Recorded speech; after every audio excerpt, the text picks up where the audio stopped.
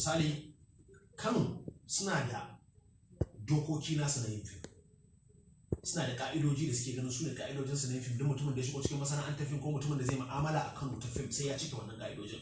Su wayancan jerengen wayancan mutanen wanda suke bangarorin wasu garuruwa da suke arewacin Najeriya, shin su ba su da hurumi a wannan dokoki ko kuma su ma ana kokarin dora su akan wannan mizanin dokokin su ne suke fandarewa daga abin da dokar take kai? Ai dan gyaran abin da ka faɗa, ai shi yasa na gaya maka wannan abu. Ai a Kano dokar da duk ta hau ɗan Kano ta hau kan duk wanda ya shigo daga Kaduna daga Jos daga waye. Dan me dan a wanke wa mutane irin wannan kuɗin goron da za ka yi wa mutum. Ina fata ka fahimci ba. Saboda tarbiyyar da ake koya wa ɗan Bauchi shi ake koya wa ɗan Kano, tarbiyyar da ake koya wa ɗan Kaduna shi ake koya wa ɗan Nijar ko ɗan Ghana da yake cikin Kano. Mu sauka da kan wannan magana ɗan bata lokaci. Muna cikin wata duniya da ake ganin yanzu cewa abin da ya shafi fina-finai, waƙoƙi da abubuwa da suka shahara a duniya sun koma abin da za a ce shafuka na yanar gizo-gizo. Shin wannan bai taɓa sana'ar fina-finai ba ko kuma ciyar da ita yi gaba? Wadda wasu suna faɗi tashin cewa wannan abin ya ba da koma baya, matsalolin da suka shafi abin da ya shafi farisi, matsalolin abin da ya shafi ɗora fina-finai a kafa ta yanar gizo-gizo ya taɓa masana'antar kanin ma shi ne kai mata cikin wannan yanayin da yanzu ake cewa ta durƙushe.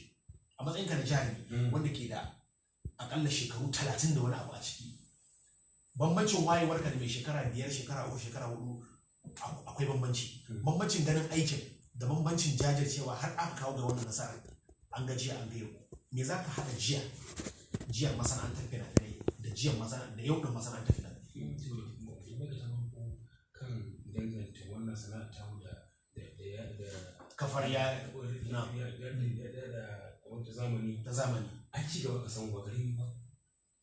Duk mutumin da ya ɗauki kafar yada sadarwa ta zamani a hanyar rashin kunya ko cin mutunci wanda shi ne kiwon da kansa. Ina fata ka bai ce, amma ita kafar sadarwa ta zamani ai ci gaba ta kawo ba karami ba. Da idan ne fim sai na ɗauka na je kasuwa ina ta rabe ina ta shi roƙon ɗan kasuwa ma ya siya. To amma yau ina cikin ɗaki na ina kan gadona zan iya fim ɗin mai tsafta wanda zai koyar da tarbiyya in tura ƙasashe kusan guda 28 sai ganka. Kamar yanzu YouTube kenan ƙasashe kusan guda 30 da suke da ne kuma duk muna magana da su. To kaga ai wannan kaga kenan kai a gurinka wannan ci gaba ne. Amma wasu daga cikin masu wada suke a masana'antar shirya fina-finai ta kan suna ganin wannan su kamar wannan na kasu ya kawo saboda tunani ne kowa da irin nasa. Misali wani ya saba tunani ya sha ruwa a kofi, wani ya zo cewa ai ba ma sai ka sha ruwa a kofi ba, kafa bakinka a cikin bokiti ka sha. Kaga shi wanda ya sha a kofi gani ke irin waye wasa ce, wanda ya kafa baki ya sha a bokiti gani ke irin waye wasa ce. Idan na fahimta kai wannan ka dauke shi a matsayin ci gaba. To abu ɗaya ne, idan har ya zama matsayin ci gaba, wace gaba ce wadda ta fi sauki wajen yada mutane irin wannan fina-finai? Wannan shin nasibin ne ba sai wannan ta fi sauki? Ba ma sai ka karasa da wata wannan ta fi sauki. Ai maka bayani. Ai wannan ta fi sauki. Waccan fa dan Allah ka kamanta.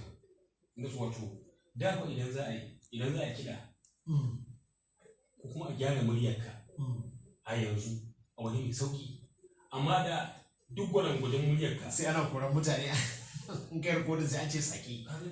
Na fahimta. Amma yanzu kwamfuta za ka gyara maka muryarka da sa kake yadda fuskar ta take, yana so a kuma ƙara kake kyau. Kwamfuta ne a ce ci gaba ne, a ce ci baya ne, gaskiya ci gaba ne. To Malam Suleiman Busho,